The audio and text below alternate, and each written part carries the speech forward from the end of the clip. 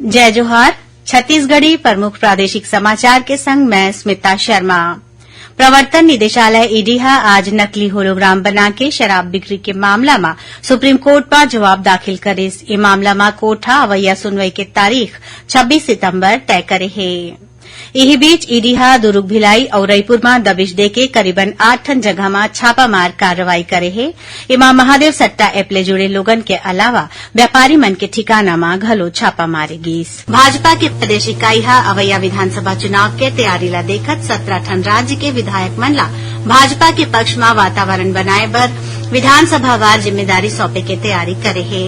यही कड़ी में आज राजधानी रायपुर में 5 राज्य के 57 विधायक मन के प्रशिक्षण शुरू हुईस। राज्यपाल विश्वभूषण हरिचंदन भुवनेश्वर में आयोजित शिक्षा सम्मेलन में शामिल हुईन। ये मौका में उमन नवा शिक्षा नीति ला क्रांतिकारी कदम बतावत कि हिनकी एखर देश ला समृद्ध और मजबूत बनाए में मदद मिलही। नारायणपुर जिला में आज सुरक्षा बल संग हुई मुठभेड़ में एक जन वर्दीधारी माओवादी मारे गिस। मौका के तलाशी में 315 बोर और 12 बोर के एक ठन राइफल बरामद करे गिस। बीजापुर जिला के कुटरू क्षेत्र ले चिकटराज पहाड़ में पूजा करे बरगे 50 ले ज्यादा ग्रामीण मन ला माओवादी मन डहार ले कथित रूप ले अगवा करे के खबर मिले है।